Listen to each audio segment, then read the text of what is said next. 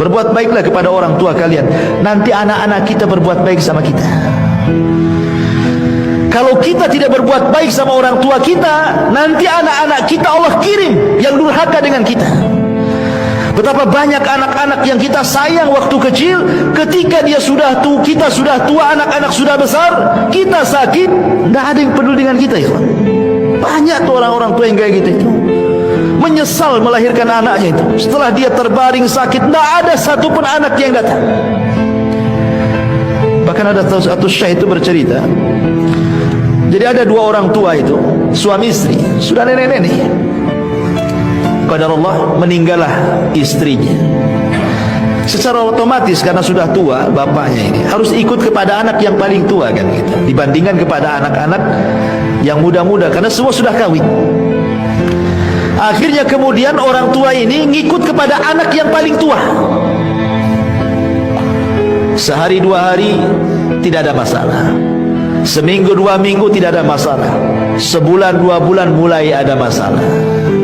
Istrinya tidak suka dengan dia karena hidup satu rumah ya.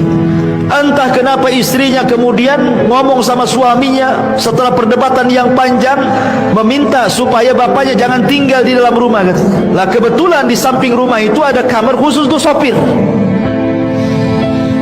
Akhirnya disepakati bagaimana kalau kita letakkan saja orang tua itu di kamar sopir saja. Jadi dia terpisah dari kehidupan kita di dalam.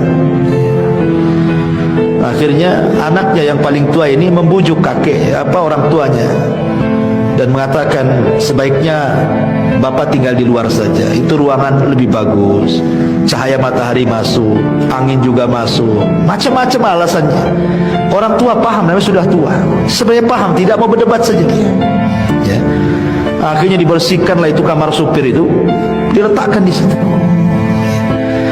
Satu hari dua hari masih ditengok, dua tiga hari masih ditengok, sebulan dua bulan sudah mulai dicueki. Ya kadang ditengok kadang tidak. Memberi makan pun pada awalnya dengan piring, ya dikasih piring kemudian dikasih gelas gitu ya, baik-baik dikirim tuh. Tapi lama-lama bosan, terkadang pakai kresek, terkadang pakai piring, sudah tidak menghargai lagi.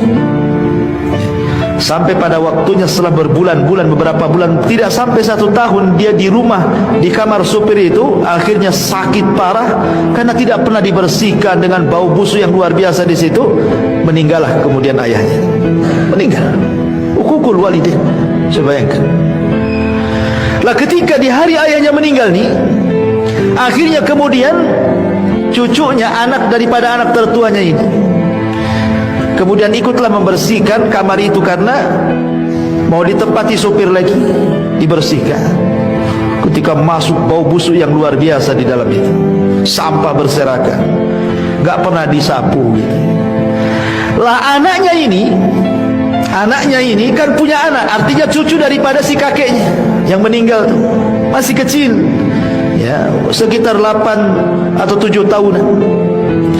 Masuklah ke kolong ranjang itu, tempat kakeknya tidur itu. Rupanya di situ ada piring dan gelas.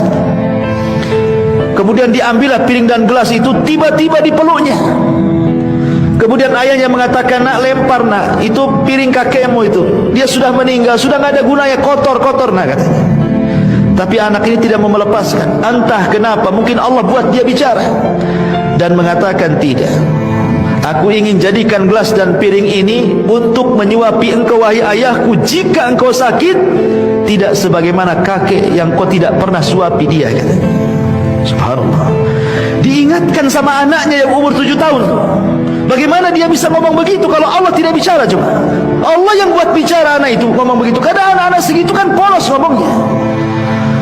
Dari situ dia menyesal, dipeluknya kasurnya, menyesal saat jadi-jadinya. Apa menunggu orang tua kita meninggal baru kita menyesal berbuat baik, ikhwan?